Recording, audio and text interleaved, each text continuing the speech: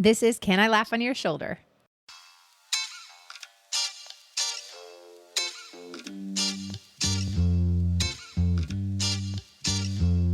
Hey, welcome to Can I Laugh on Your Shoulder? I'm Molly Stillman, and this is a podcast where I get to sit down with a different guest each week and have raw, funny, often brutally honest conversations about the things that matter most. Your faith, business, life, and everything in between, where we each learn how to be good stewards of the things we've been entrusted with, even our stories, and how we can use those things to serve others and leave our families, our friendships, and our communities a little better than we found them.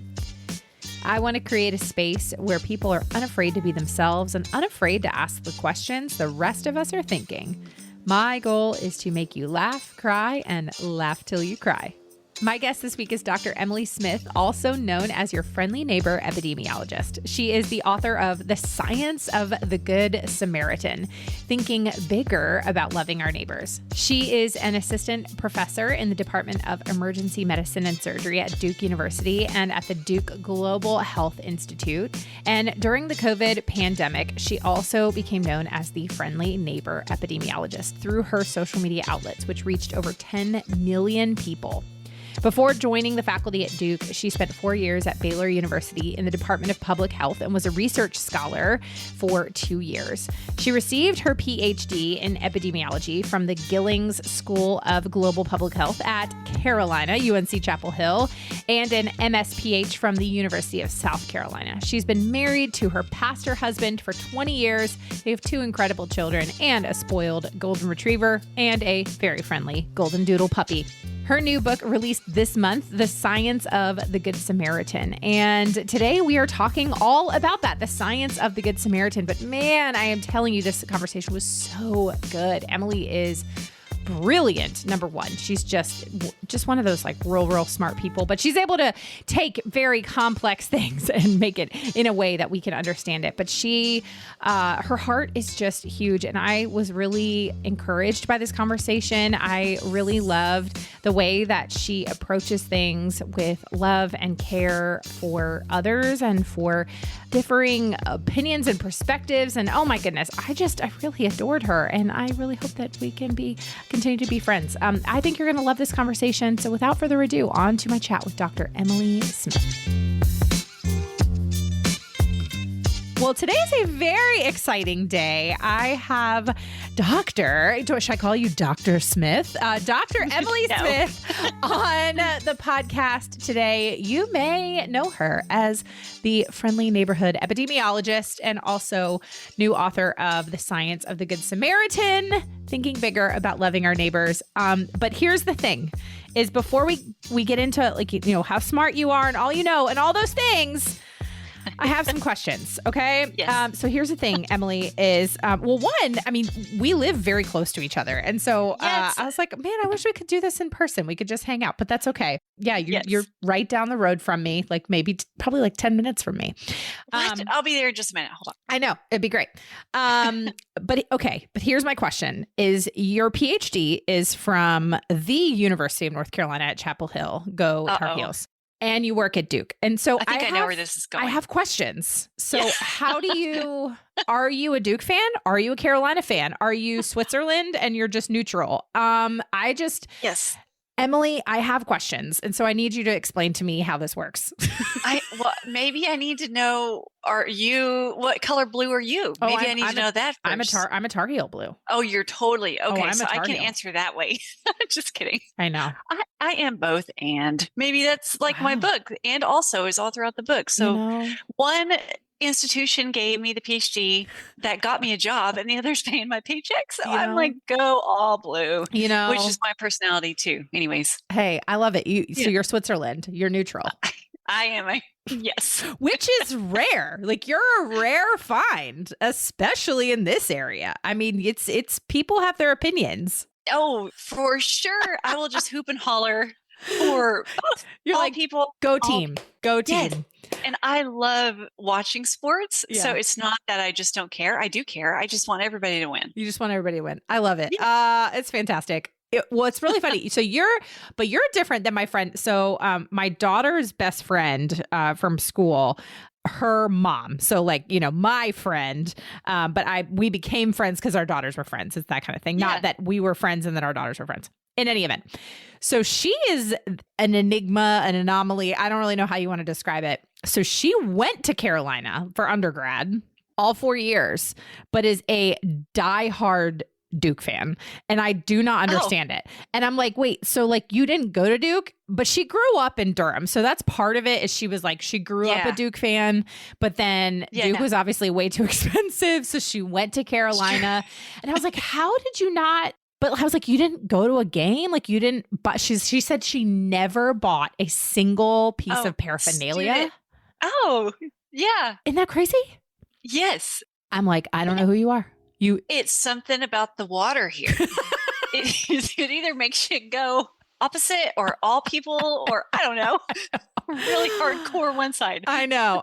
Anyway, so these are obviously the most important of the topics that I wanted to cover sure. But in any event, obviously there's more important things. So Emily, give us the Emily 101. So tell us who you are, what you do, and how you got to where you are today. Emily 101. That's such a fun question, like an intro question. By the way, I'm seeing your lovely books behind you. We're going to be great friends. I am a voracious reader. Love it. Oh, girl, me too. How long do we have?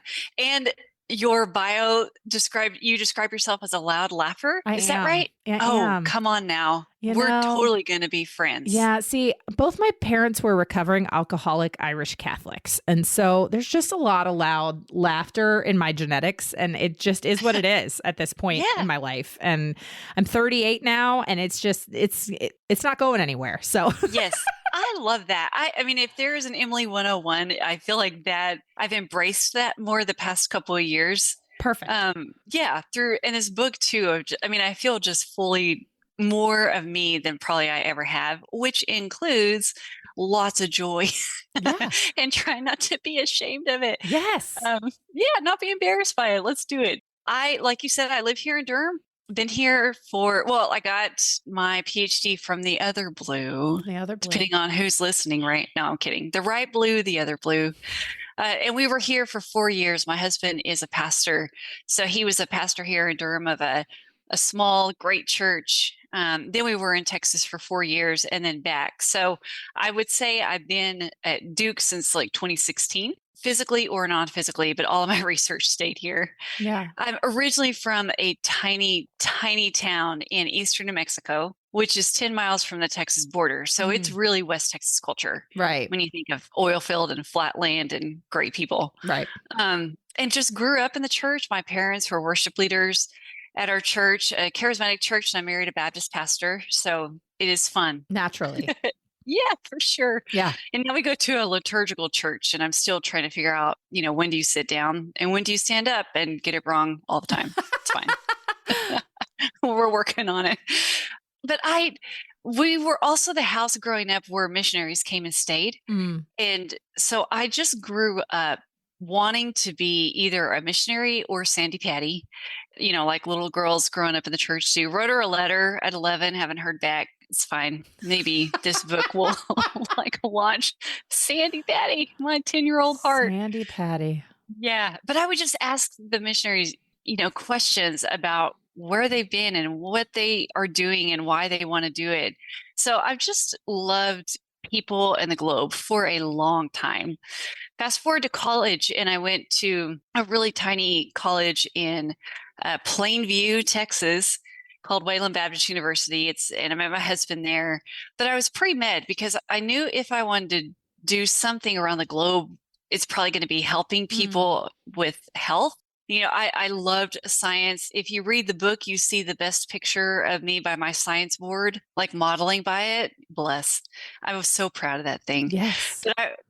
So I thought my only contribution could be medical school. So I was pre-med. We got married, and right before going to medical school, my husband's first job was across the country in South Carolina. So I had a gap year before medical school. And like most good nerds, I just decided, let's just get another degree. So I was enrolled as an MPH, a Master of Public Health. And day one of epidemiology was when I went, this is what I think. In the previous year, to back up, I went on my first mission trip to the Mercy Ship in Honduras. And that was really my first stint with poverty up close. I'd heard about it and read about it, but not really seen it. And I remember not really wanting to help the individual patients, but asking more population health questions. Why is poverty so big here? Why are there so many kiddos coming in with conditions that they just waited too long? And those are epidemiology questions I just didn't know about. But I did that day one of Epi when my professor said it's looking at diseases that affect people at risk and then doing something about it. And I remember thinking that's the science of the Good Samaritan. Then I got a PhD in Epi, and now that's what I do. And now that's what you do. Yeah. Well, I'm so fascinated by, because I remember, because I actually have gotten a chance to look at your book. I haven't finished it yet, but I've been able to start it, and I'm always fascinated about like the origin of how people get to what they're doing for a living. And especially for you, having grown up in this, very mission focused home. At first, I mean, on paper, it's like, okay, being married to like a Baptist pastor, and then also growing up in a charismatic church, but now you're an epidemiologist. Like on paper, it doesn't, we're just going to be honest, it doesn't make sense. For sure. But as I begun to dig more into your story and how you were just sharing now, it all starts to make sense when it's like, oh, you're really, and the fact that you're just neutral blue. You're neutral blue because you care so deeply about people. And it's funny because I am an Enneagram too. So like I am also very helper focused. I've been on missions trips. I care about people unless they're wearing Duke blue. And I'm just kidding. I'm just kidding. I wore black just for you today. Here is the thing though. See, Emily, this is what you get when you come on this podcast. This is lovely. Here's the thing though, here's how you know Jesus has really worked on my heart and my husband's heart. Now, full disclosure, I did not go to Carolina, but I did, when I first moved to North Carolina, I worked at a radio station, and I always loved Carolina. Like, I mean, grew up in, I want to be like Mike. So I was a Michael Jordan fan, of course. So I always loved Carolina. But when I first moved here, I worked at a radio station that covered Carolina games. And so I was at all the Carolina games. So I was ingratiated very quickly. My husband did go to Carolina, and then both his parents went to Carolina. So he's like Tar Heel born, Tar Heel bred. When he dies, it's Tar Heel dead. It's big. But my point being is, here's how you can really tell that the Lord has worked on both of us is the last couple of years. So we open up our home for Thanksgiving to just anyone who wants to come and who doesn't have a place to go for Thanksgiving or anything like that.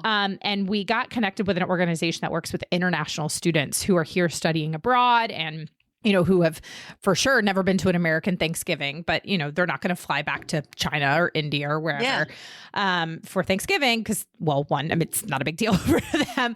So we invite them into our home. Well, they're all Duke students. And so, we're breaking bread with the enemy. Yeah, it's like that communion table. Come on now. That's called redemption. I love that. That might be some of my students I'm just saying, they're fantastic. They're all brilliant.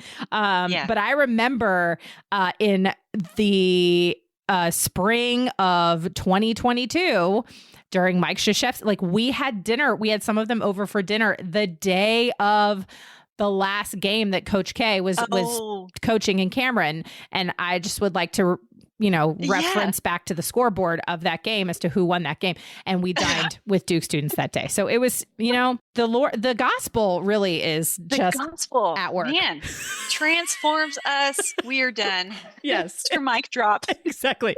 Anyway, so as I was saying so I can see in your personality how caring about people leads to a job like epidemiology.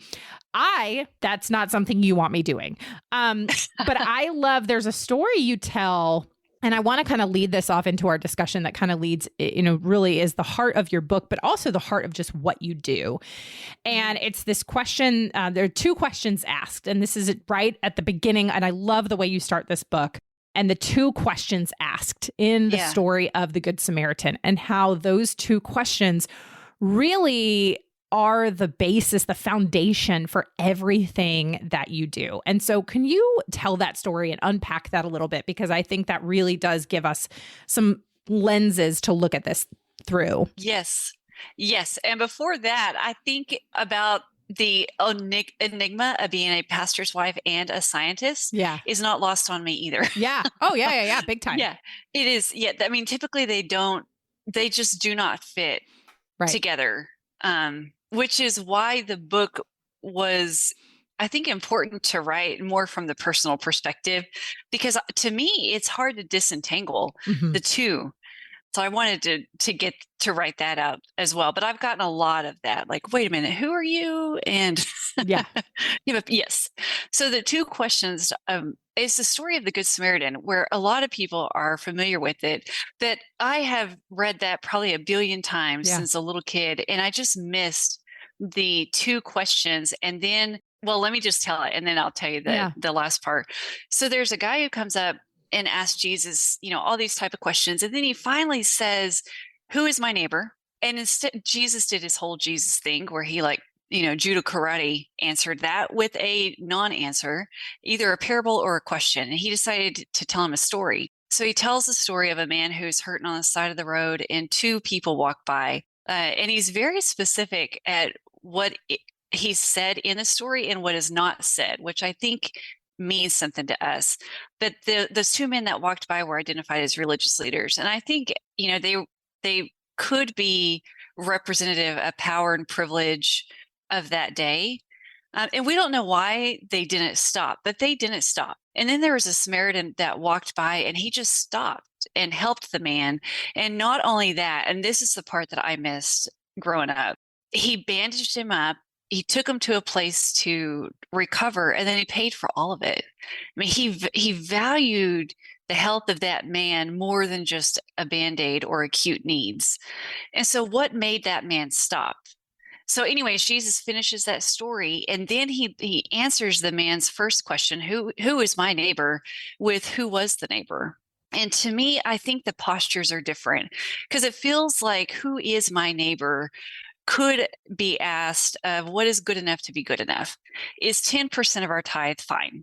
If I give to a food pantry once a year, is that fine? How good, how nice do I need to be? How much discomfort do I need to have? I don't know, whatever that is. But when he answered it with who was the neighbor, it was after somebody had already done things that were fairly extravagant. We would call extravagant, but I think to Jesus, it should just be normative. So I think those two questions of which we identify with, who is my neighbor versus am I actually being a neighbor? I mean, the tenses, like the past and present and future tenses are different, but I think the posturing is different too. I think that when I was reading that, because it really, you were right. I mean, I've read that story a lot of times. And I had never really stopped to think about and I love what Jesus does in so many of those situations where he just turns it on its head and he answers with a non-answer or answers with another question. And so often we can just skip over that. And so I love how you've really unpacked this in a way that, again, it was illuminating for me to think about, okay, well, what does that mean for me? But that was clearly a very pivotal turning point for you in the work that you do. And so can you share, how that has evolved for you and how the story of the Good Samaritan really led to you unpacking the science of the Good Samaritan, and what does that actually mean?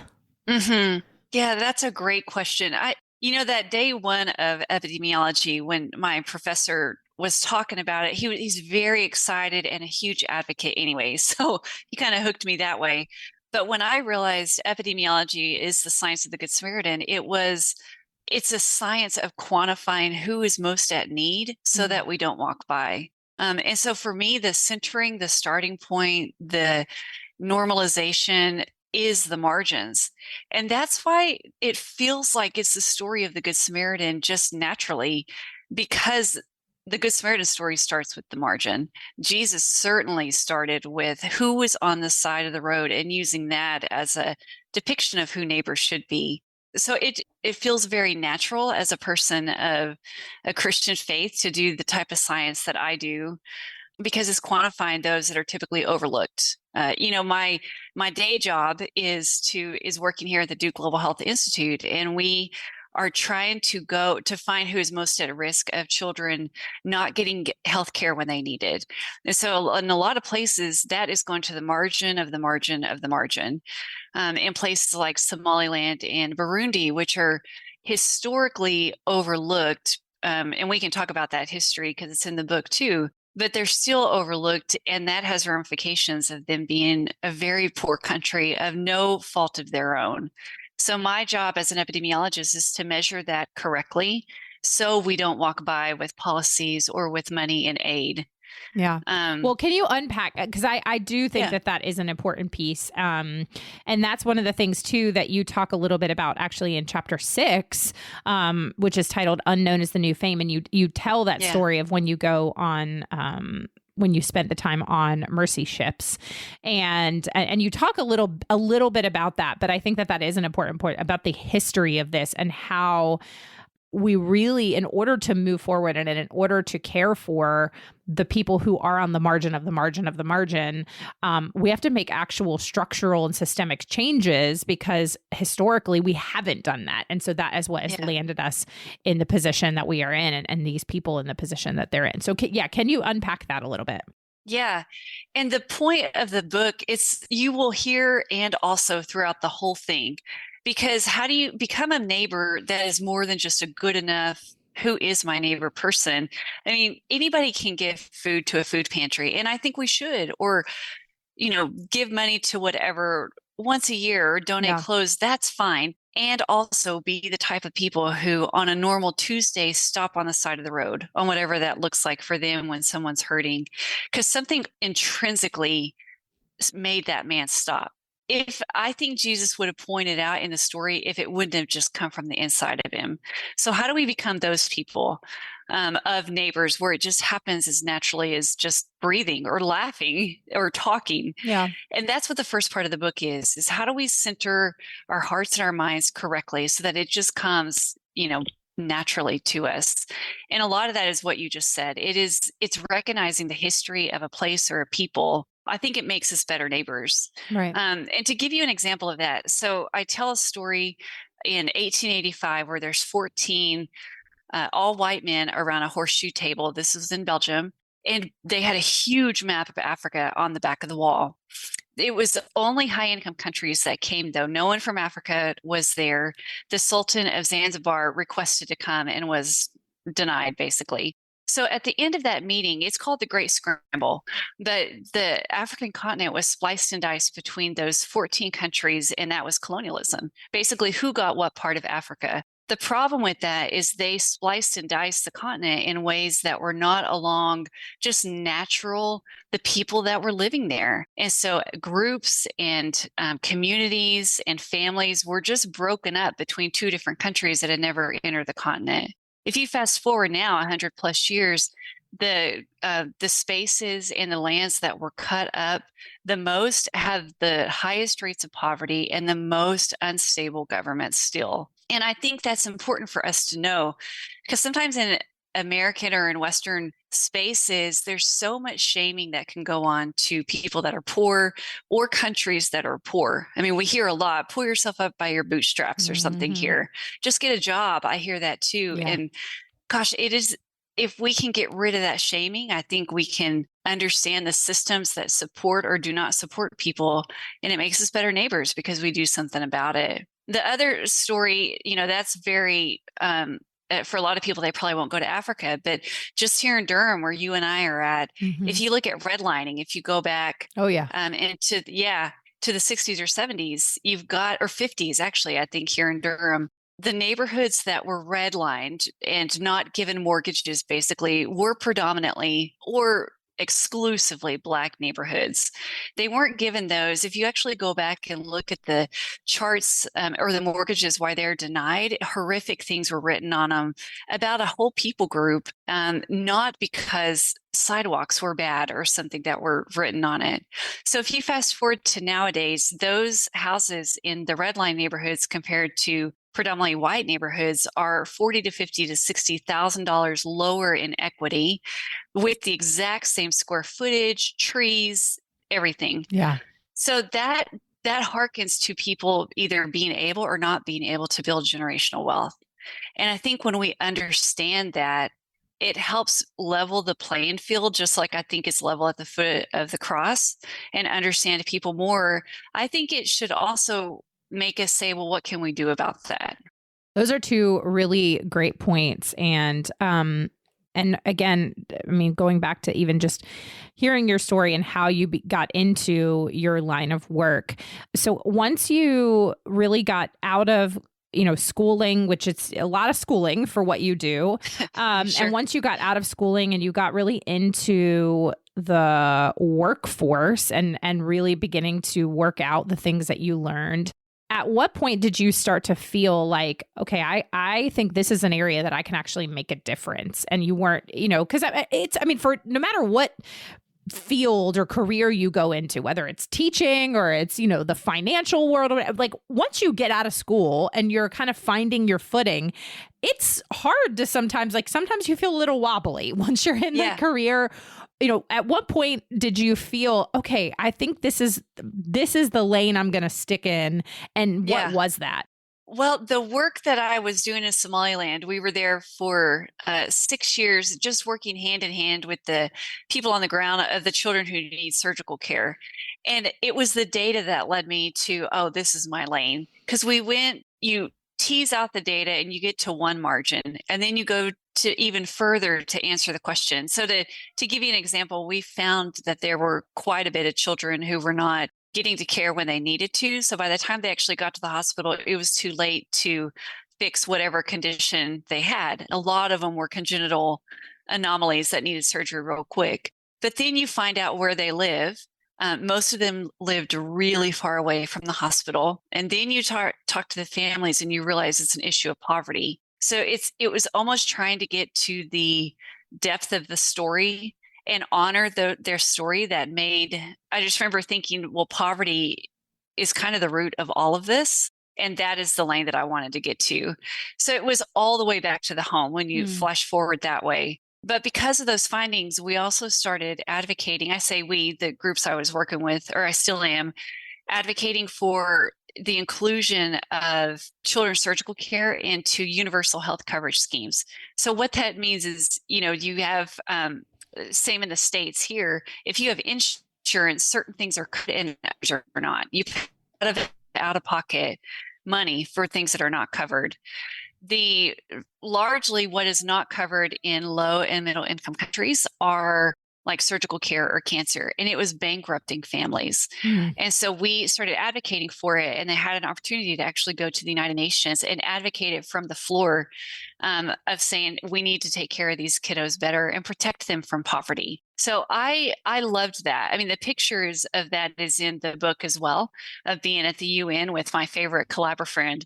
But I think realizing, telling the story correctly and honoring people's wherever they are, actually stopping on the side of the road can actually become some diplomacy issues. And I really enjoyed that.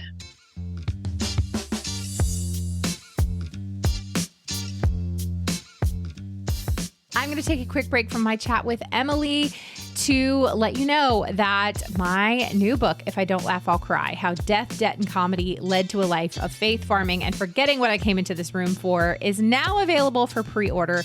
And I would love it if you would head on over to Barnes & Noble and pre-order. You can pre-order wherever books are sold, but special alert is Barnes & Noble is going to be running a unique discount just on my book. So head on over to Barnes & Noble. You can pre-order it. It'll end up in your mailbox the day it comes out, so that way you don't even have to think about it. Or maybe there's somebody this holiday season that you would like to gift a copy of my book. You could gift it to them and let them know, in their stocking or something, that the book is on its way. It would just mean the world to me. It is my testimony. It's my story. The book is going to make you laugh. It's going to make you cry, and it's going to make you laugh till you cry. I just pray that you're encouraged by it, and I pray that it's something that you just enjoy, and I pray you feel seen and known and loved through this story. And it would just really mean a lot to me if you would go pre-order it. So head on over to wherever you pre-order your books, pre-order If I Don't Laugh, I'll Cry now, and it releases March 26th. back to my conversation with Dr. Emily Smith. Okay, so you get to be, you're in your lane, and then the world changes. Yes. And like I mentioned at the beginning, that's how some people may know you, as the friendly neighborhood epidemiologist. So tell us that story, as when COVID-19 hit and the world was changing daily. And the world, is, in a lot of ways, like I told my kids, I was like, this is kind of like your generation's 9/11, is like, you're just always going to remember this. Like our generation remembers 9/11, and our parents' generation remembers the assassination of JFK and all of that. Right. Yeah. And so how did you find yourself in the position that you were in? I mean, obviously you work in epidemiology, but things, even things that we know today that we thought we knew 3 years ago, and this isn't getting into all the policies and whatever, but just like everything just changed so rapidly. How did you find yourself in that lane? Tell us that story, because I think it's really fascinating. Yes. Well, when Wuhan started happening, I mean, a lot of us epidemiologists, we just watch those things. When Ebola hits, we watch it. When bird flu hit, we just watch it. So Wuhan started happening, and there was a whole lot of in our community, as in the epidemiologists and public health people, just because we knew the potential. A lot of people knew the potential that something like COVID could happen. But, I'm a mama too.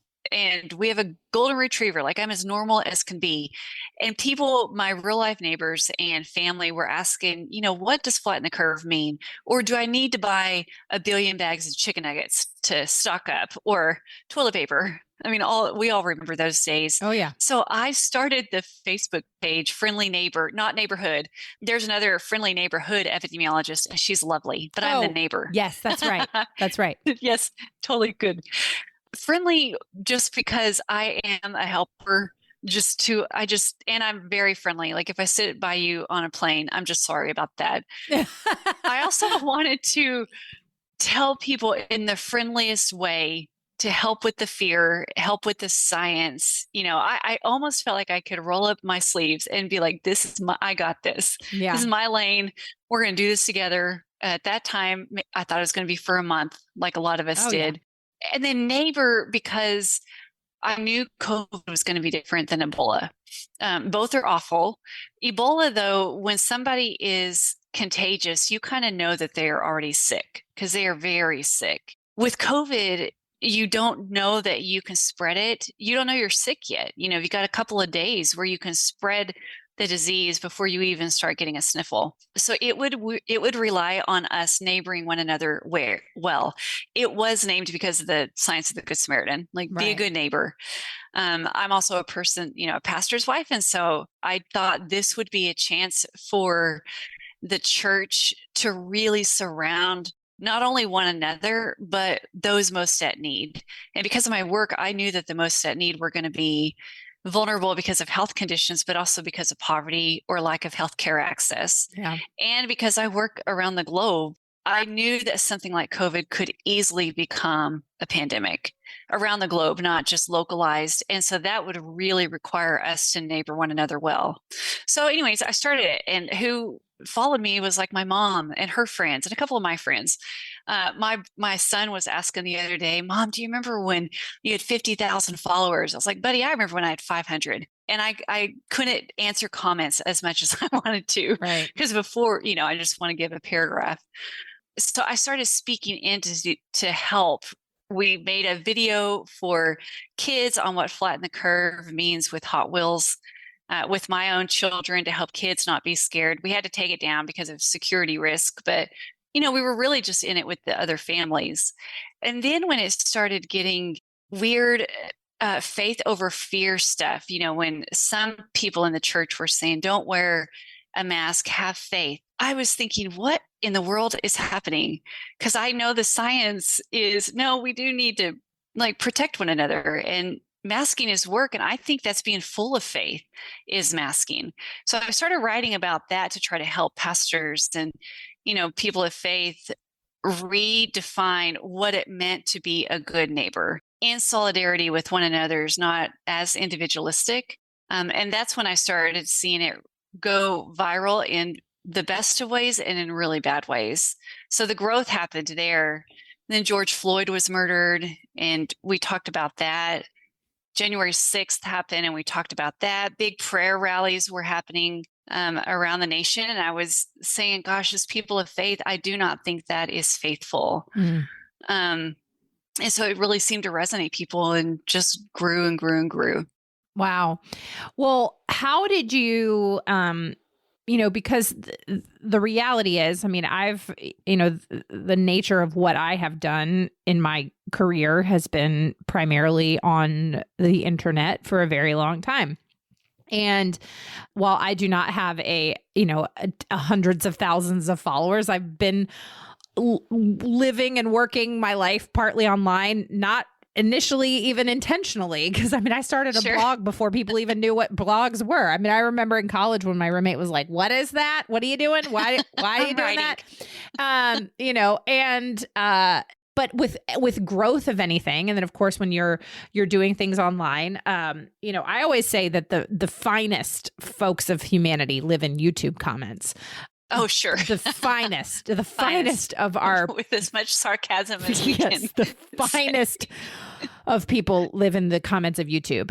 But, the reality is that as things grow, you are subject to sometimes the firing squad that can come. And so I'm just, I'm really curious for you, how did you maintain sanity, peace, and even just clinging to your faith and staying grounded as it grew? And inevitably, especially when you're posting about something that is as divisive as the pandemic, how did you stay sane and grounded during that time?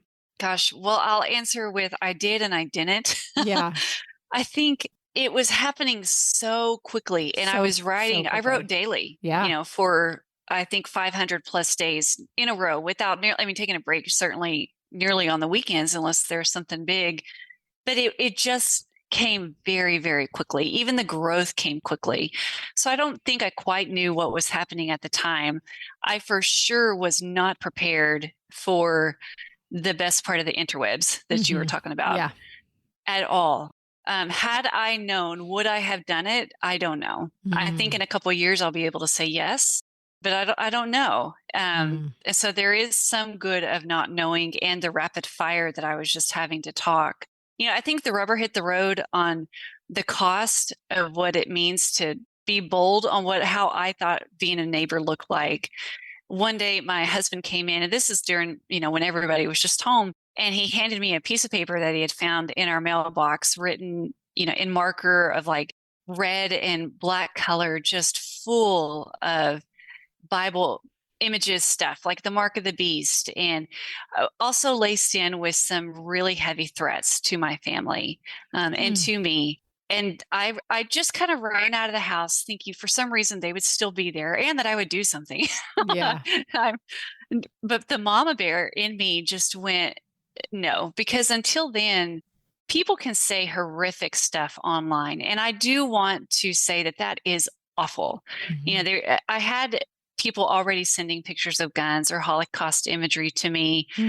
And it's incredibly scary and uncentering, destabilizing. But when it comes to your home where your children are playing in the front yard, it was awful. And it's still awful.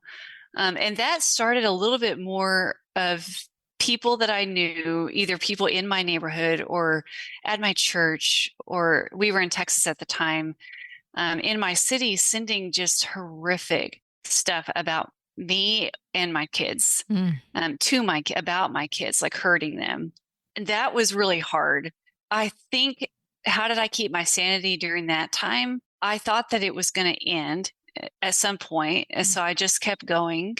We certainly talked to people that we knew we needed to talk to, including authorities or, people that needed to know. And it didn't stop, or people quit standing up for what we were going through, people that we knew. So I think at the same time that was coming, it was a loss of like real friends, and family, and also a faith group. That was the time when I was seeing like Michael W. Smith, for example, at the prayer rally in Washington, D.C. in November 2020. That's at the height of the pandemic, where thousands of people were getting sick and dying. This is pre-vaccine. And there were just tons and tons of people there. And I was thinking, I just couldn't wrap my mind around it. So I don't think I realized exactly what was going on at the time, but my body was definitely keeping that score. When you fast forward to Easter of 2021, I did this big push where I was posting every day, more of a devotional type during the Lent season for Easter. And I remember about a week post, I was thinking, gosh, I think I'm really anxious right now. Like something feels weird in my head, and I didn't know what it was. So I thought, let's go do yoga and see if it helped. I did a downward dog, and then my head just exploded to a headache, a migraine, a thunderclap. We're not quite sure, that just hung on for 15 months without help. And months and months and months of just being sick in bed. So I think I held it as long as I could until my body said no more. And, I wanted to put that in the book, because the book has the first section on centering, which is what we've talked about already, but it's a middle section on cost. And it's just 2 chapters of this story, the tip of the iceberg of it, because I just didn't want it to be a tell-all. But I wanted people to be a little more prepared for the cost. The last part is courage on it is worth it, but the cost can be heavy too. So how can people maybe protect themselves from what I went through enough?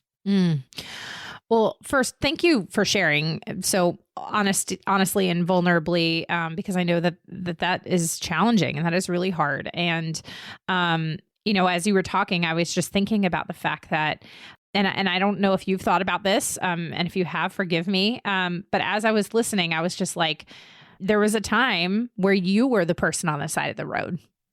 And I just wonder, like, right. who was the Good Samaritan for you?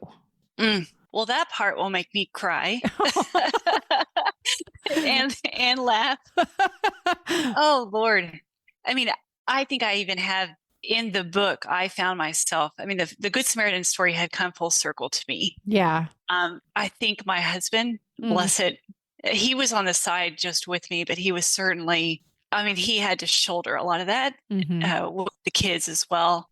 At the same time, I found a new community, and this is the beauty, at least, of the Friendly Neighbor Epidemiology page, because around the time of Easter, when I got so sick, I did start seeing people from the faith perspective. They go to 2 different camps. One camp just dug their heels in even further and just became really awful. But then another camp started saying, oh, I've never seen poverty like this before, or I've never seen systemic racism or structural violence, or things that I talk about in the book. I haven't seen it before, but I sure do want to know more and do something about it. So the book is written for them. It's the what next part. Those are the people who, when I saw them rise up in courage and take some risk themselves at great loss, I just have hundreds of stories of that they have very generously sent me on some of their own losses.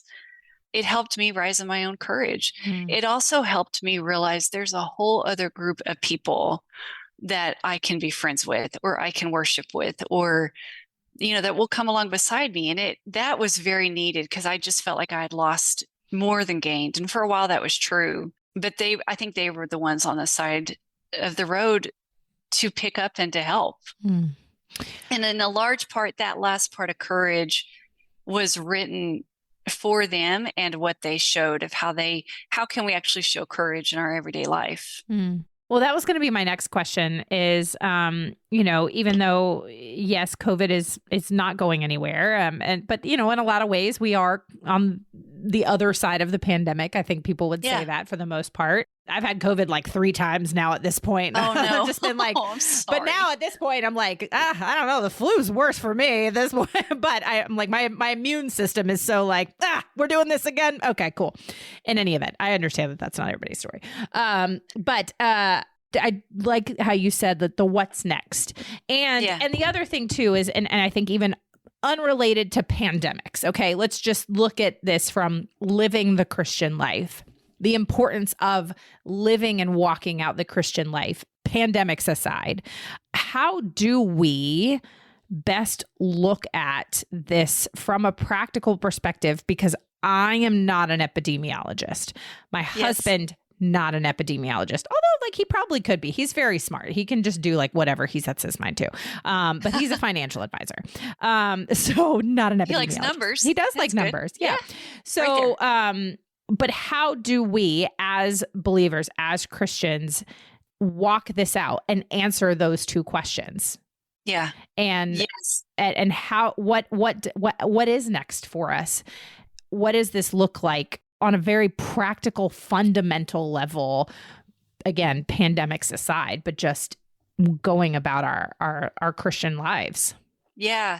Before I answer that, you bring up a great point that I'm trying to just tell everybody, this book is not a COVID book. Oh, because sure. I just can't. Yeah. I can't do it for 200 pages. No, you're like, no, I can't. Yeah. It's a lot. Nope.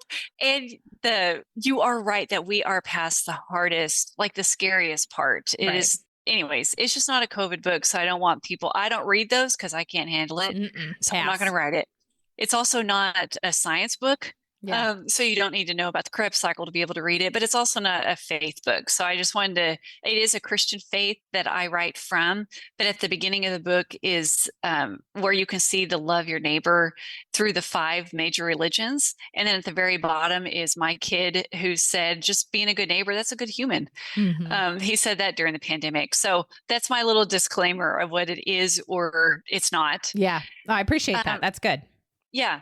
Well, because I didn't want it to be exclusive just for the Christian faith, because that's just not what it's for. Right. Yeah. And not the followers that I have for sure. What is it, or what is it? What's next, basically? Like, how can we do that in our everyday life? Gosh, you know what I wish that I could do is like a top 10 list of nail these and we're good to go. Ooh, yeah. Wouldn't that be nice? It's so much hard work. Of recognizing racism or bigotry or poverty or equity. I chose to make the first part of the book around those type of buzzword questions, climate change, because those were the ones that when I would talk about of how to be a good neighbor during the pandemic, that's what got the most really negative and good reactions. Like how do I recognize actually talking about equity, I think is holy. Because I think when you hold those words up to the sky, they reflect heaven or what heaven should look like. So some of it's just the hard work. At the last part, the courage part, it gets a little bit more practical of how at the Thanksgiving table, if something crazy comes up or contentious, not even crazy, but contentious, how could you enter in the conversation with someone who might completely disagree with you with data and with history to actually be a good neighbor? So it's not even very practical. The very end has an appendix of here are my top 4 tips of buy a map, get some Post-it notes, read a whole lot, and here's how to use Google Earth with your kids. It was such a fun chapter to write because it's practical. But a lot of it is really challenging how we talk or how we other people. It also challenges from an American Western standpoint how we talk about health. You know, when we consider health for our children, we want them to be fully healthy, thriving, happy, live out their full potential. So why don't we want that for the rest of the world? And we can get there. How do we get there? You know, there's conversations about that too. So it is practical, but it is very challenging. But I wanted it to be challenging because I think when we can wrestle with those hard topics and get our heart changed, we intrinsically will just stop by the side of the road instead of walk by. Yeah. And honestly, the more, the more I walk with Jesus and the more I try to learn from him. And the more I study even the Bible from Genesis to Revelation, and it really wasn't until it was the year before last in my, so I do something called Bible Study Fellowship. And so from September through May, we study one thing, and we were in the book of Matthew, and it had, so much of what I had read and studied. I mean, I was like, oh yeah, I've read this before, but it was the first time that I had ever really sat down and had marinated in this text for, 9 months, 10 months. And at the heart of it was the heart. And I know that, the Bible says, God looks at the heart, and, man looks at the outside, God looks at the heart. But then it just like, once that came to the forefront of my mind of realizing that at the end of the day, that's what Jesus cares about, is our heart. When I began to really realize what that means, I saw the entire rest of scripture through that lens of just like, that's what it's about. At the beginning of Genesis, all the way through, I think about, like, if you go all the way to the very beginning, and after Adam and Eve, they bite the apple, and then what do? They hide. Yeah. And but they hide from God. Like, you can't hide from God. And when God's asking, like, where are you? He knows where they are.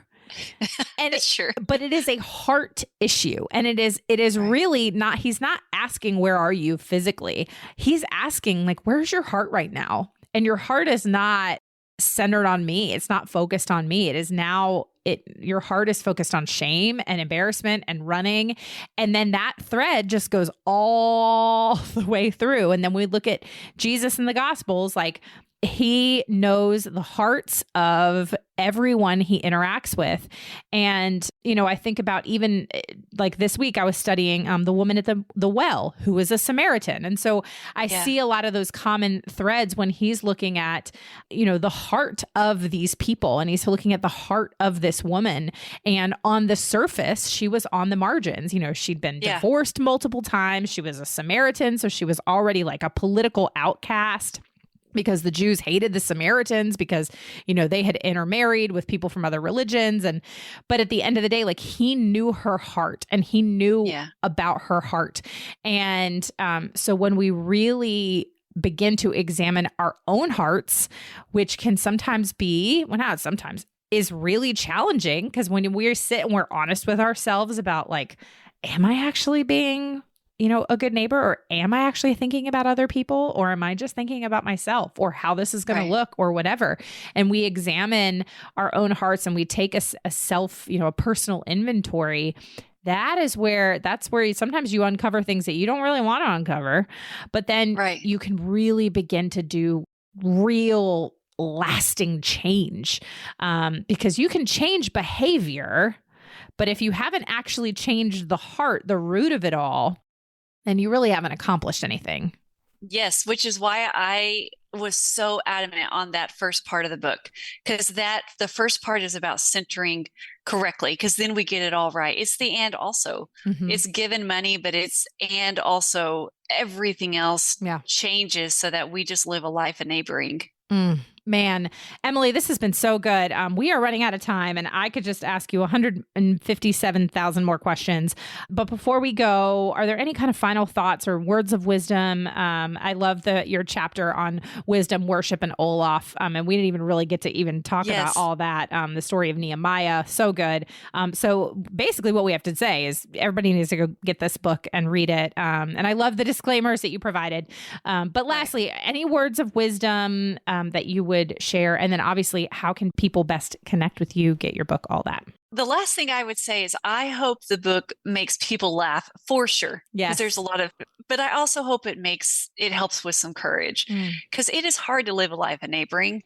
It's hard to have the wisdom to know what fight to go to and what not to. That Nehemiah chapter was my favorite to write. So yes, I hope people like that one as well.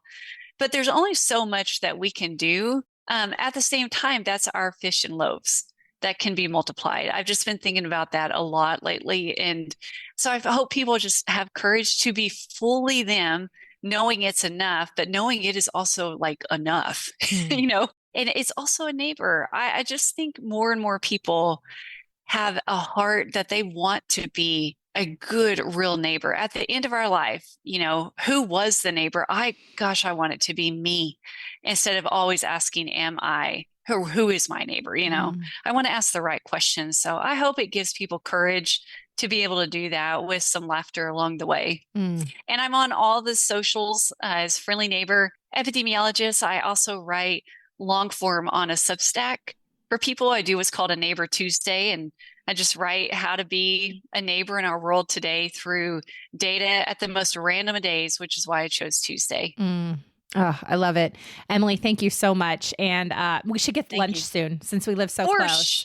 I'm just saying we should do have you been to Press? No. Does it have tacos? Because I love tacos. Okay. So I love tacos. Okay. So Nuvo Taco. You love Nuvo Taco? Yes. Okay. Yes. Okay. The reason I ask Press, and this is for people that are listening that are in North Carolina, you should just make the drive to Durham. Okay. So full disclosure, I went to Press for the very first time like a week and a half ago. So it's in downtown Durham near the ballpark. And it is like a crepe place, but I had never really had crepes before. Again, however, they have sweet crepes, but they have savory crepes. And I got the carne asada crepe, which has we're talking carne asada, we're talking avocado, we're talking salsa, we're talking the whole shebang. Tacos. It's basically a taco, but in like a tortilla pancake situation. It was delicious. Anyway, we should get lunch at Press sometime. I am there. Yes. I would love that for sure. Yes. All right. Thank you so much, Emily. Thank you. I hope you loved this conversation. I hope you loved everything that Emily had to say. Please go follow her on social media, buy her book. And I would love to know what you loved about the episode. Would you let us know on social media? You can find me at Still Being Molly or at Can I Laugh Pod on your social networks. And would you head on over to whatever podcast app you're listening to this on, and would you click that subscribe or follow button and take a moment to leave a review, which really, really does help us to know how the podcast is personally helping you, and it helps other people to find it as well. Thank you so much for your support. Thank you for listening. Thank you to the team at Third Wheel Media for producing the show. And for you, I hope something this week makes you laugh till you cry. We'll see you next week.